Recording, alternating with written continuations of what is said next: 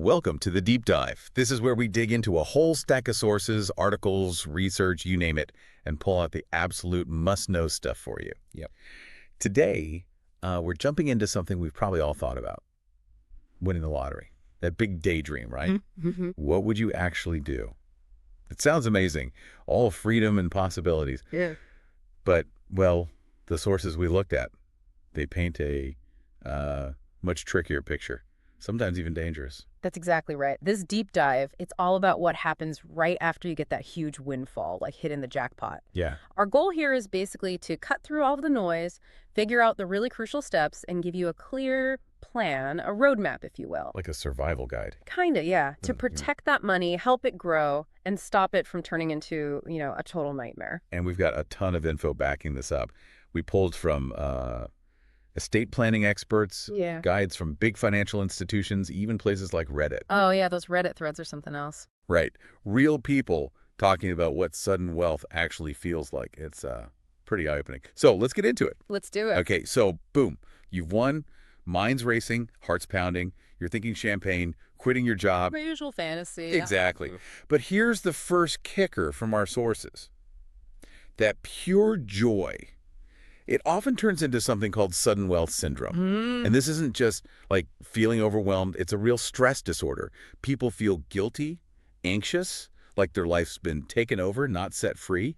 It's a massive emotional shock. And it's that shock, that emotional turmoil that leads to the biggest immediate dangers. Right. Acting too quickly is hands down the worst thing you can do. We see it all the time in the reports, people getting sucked in by bad advisors, making crazy impulse buys. Buy 5 houses or something. Exactly. Or straining relationships with family, friends, and then bam, surprise tax bills they never saw coming. So getting a handle on that initial emotional wave is step one. And it leads to the first really critical action, or maybe inaction. Yeah, inaction is key. It's about hitting pause, deliberately. Some sources were really specific, weren't they? Like, don't touch the money for 3, even 6 months. Yeah. Except basic bills. Exactly. Let the crazy euphoria wear off. Let the shock settle. You need a clear head before you do anything major. Okay, so you take a breath, you wait. What's next? This was interesting.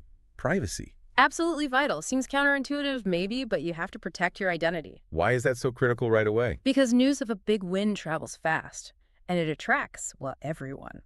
Opportunists, long-lost cousins.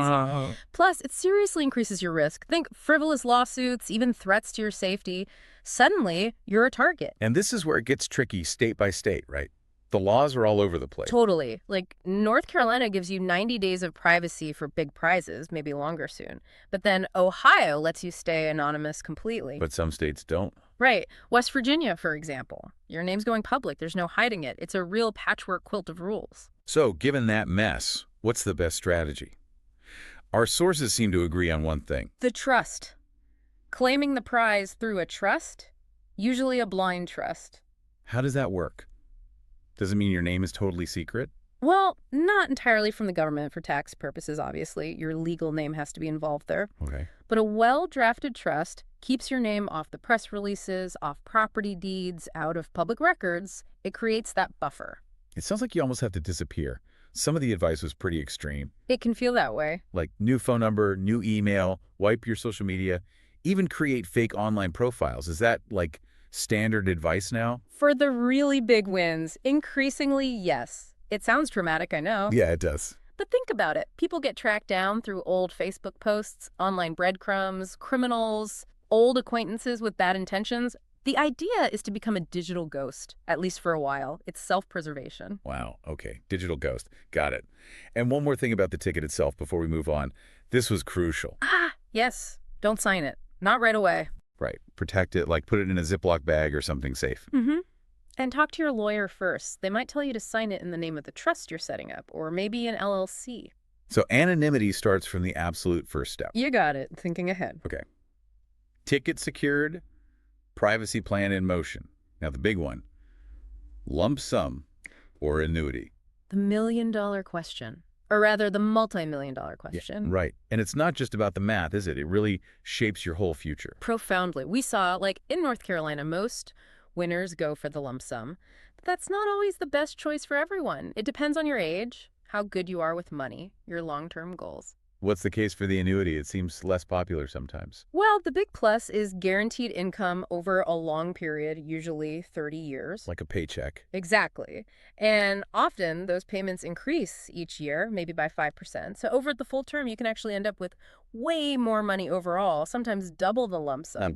Wow. Yeah. And it protects you from yourself. You can't blow it all in the first year. It enforces discipline. But the lump sum, Yeah. you get it all now.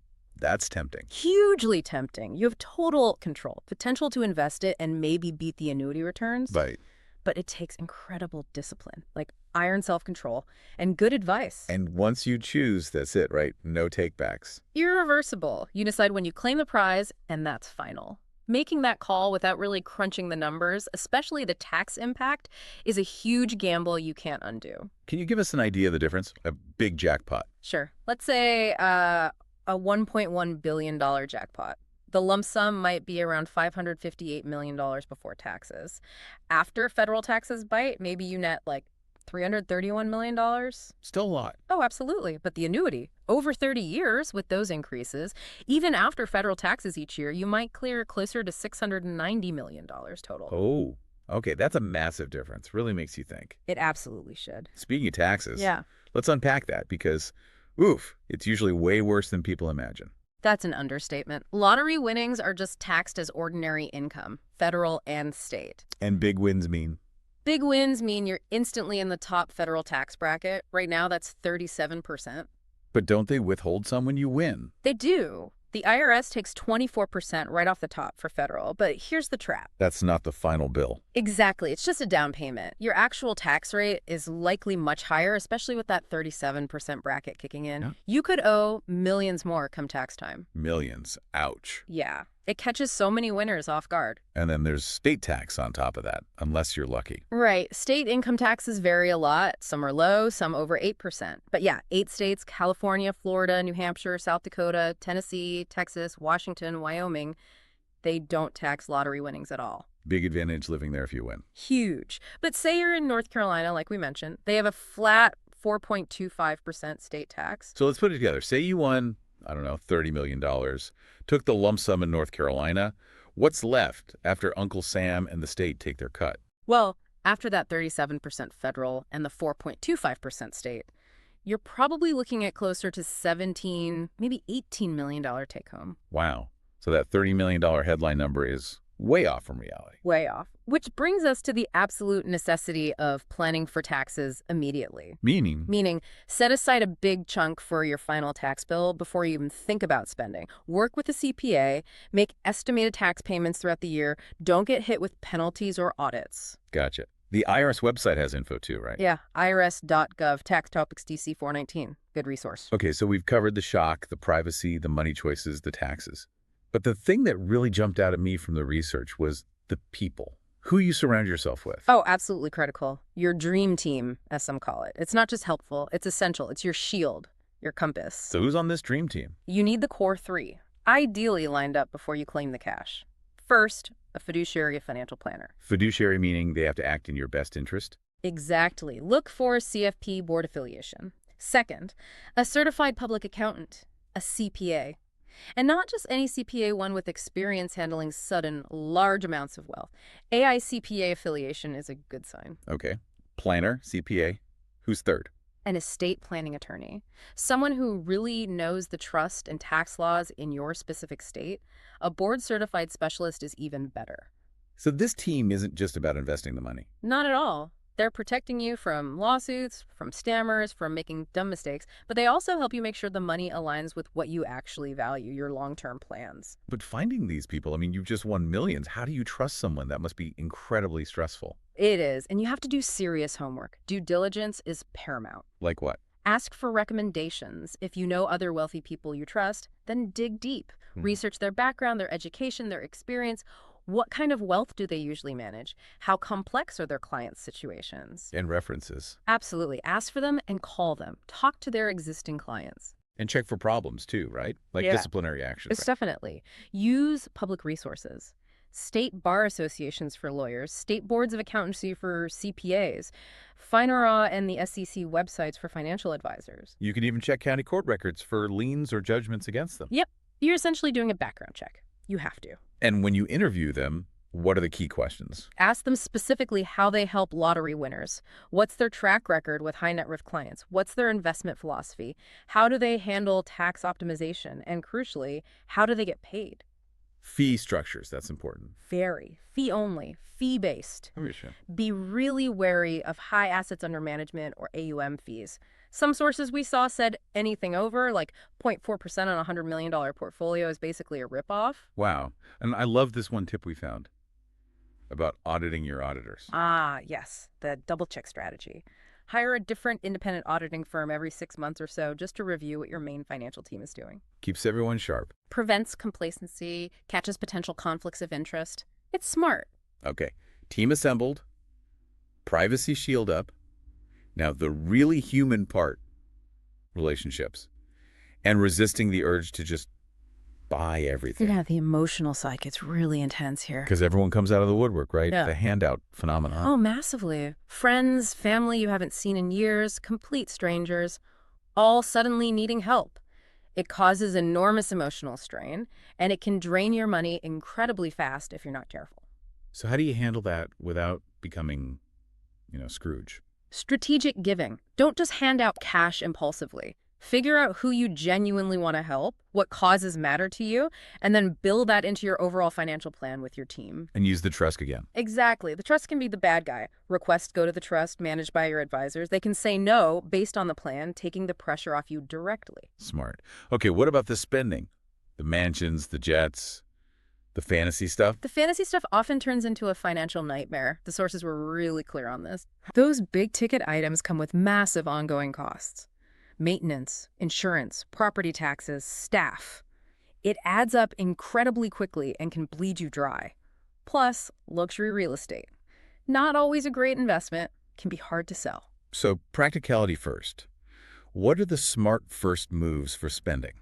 Pay off high-interest debt first. That's usually a good start. Then build a big emergency fund, like a year's worth of your new living expenses. In cash. In something safe and liquid, yeah. Yeah. Like a high-yield savings or a money market account. Get that cushion in place before you make any major lifestyle upgrades or investments. Right. Security first.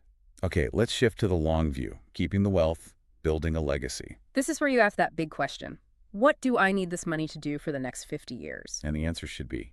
According to the experts, safety, simplicity, sustainability, not chasing crazy high returns. So a conservative investment approach. Generally, yes. Focus on a well-diversified portfolio. The goal isn't necessarily to double the money overnight. It's to make absolutely sure you never, ever run out. So start with safe stuff. Cash reserves, short-term bonds, solid core investments. Then maybe explore some growth opportunities, but carefully. Some sources even recommended specific strategies like a golden butterfly portfolio. What's that? Sounds nice. It's basically a specific mix of assets designed for stability and capital preservation, even when the market gets choppy. Low risk, steady. Okay, stable investments. Yeah. And trusts come back into play here big time for legacy. Huge. You've got different types. A revocable living trust is common. You set it up while you're alive, put assets in it. And the benefit is? It manages things for your beneficiaries, but crucially, it avoids probate. That's the public court process for wills. So it keeps your family's finances private after you're gone, and you can still change it while you're alive. Okay. Then there's the other kind. Irrevocable. Right. An irrevocable trust. Once you put assets in here, legally, they aren't yours anymore. Why would you do that? Big advantages. Strong protection from creditors, lawsuits, even ex-spouses. It can also reduce future estate taxes. And you can set strict rules for heirs how and when they get the money. Stops them blowing it all. Real control over the legacy. Exactly. And then there was that super advanced one, the dynasty trust. Yeah, that's like next level asset protection, often set up in states with favorable laws like South Dakota, almost impossible for creditors to touch. Can minimize estate taxes for generations, basically setting your family up forever, quote unquote. Wow. Speaking of estate taxes, that landscape is changing, isn't it? It is. Right now, the federal exemption, the amount you can pass on tax-free, is quite high, almost $14 million for 2025. But that's temporary. Scheduled to sunset, yeah. End of 2025, the current law expires, and that exemption could get cut roughly in half. So planning now is critical to make the most of the current rules. And gifting, how does that fit in? You can give away a certain amount each year per person without any tax issues. For 2024, it's $18,000 or $36,000 if you're married and gifting together. Doesn't eat into your lifetime exemption. But for bigger gifts, Use those trusts again. Control the distribution, protect the principal, be generous but smart about it. what about charity? Great tool there too. Setting up a private foundation or a donor-advised fund lets you structure your giving, get tax benefits, and make sure it aligns with your values long-term. Build a philanthropic legacy. And you still need a will, even with trusts. Absolutely. A will covers things not in the trust, like naming guardians for kids, funeral wishes, and check those beneficiary designations. Oh yeah, like on life insurance or 401ks. Exactly. Those usually override whatever your will says, so make sure they're up to date and match your overall plan. One more thing on heirs. Avoiding the trust fund baby problem. Ah, yes. A real concern for the wealthy. Good estate plans can build in incentives. Like what? Phase distributions based on age or milestones.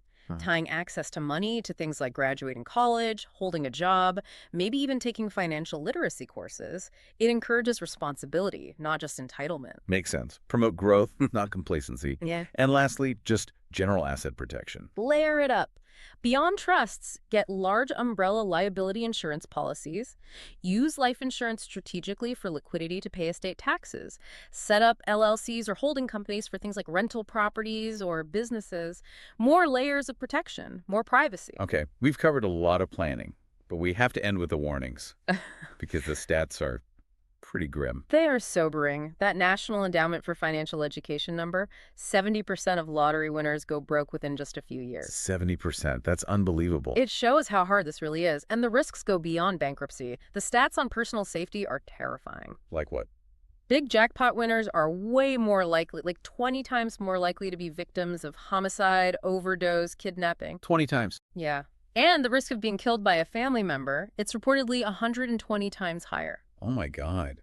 That's horrifying. It highlights the intense pressure, the jealousy, the danger that sudden, massive wealth can bring into your life. And it's not just external threats, right? People self-destruct too. Definitely. Alcoholism, drug addiction, health problems from just, living too large without thinking about consequences. It can ruin you from the inside. The stories we read.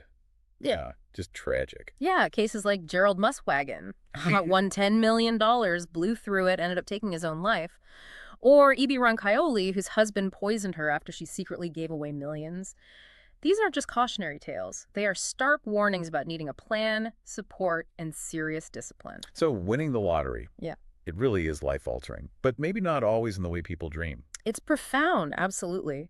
But as we've unpacked here, winning isn't the finish line. It's the start of a really complex, potentially dangerous new path. Success isn't just getting the check. Not at all. It's about protecting it, managing it smartly, and being really intentional about building something lasting, something good, with the right people helping you. So maybe the final thought for everyone listening. If luck suddenly handed you a fortune tomorrow, Yeah. how would you make sure it builds a real legacy, something reflecting your values, instead of just becoming this source of stress and problems? Yeah. How do you figure out what's enough and resist all those crazy pressures that come with that kind of money? That's the real jackpot question, isn't it? What does that wealth actually mean to you?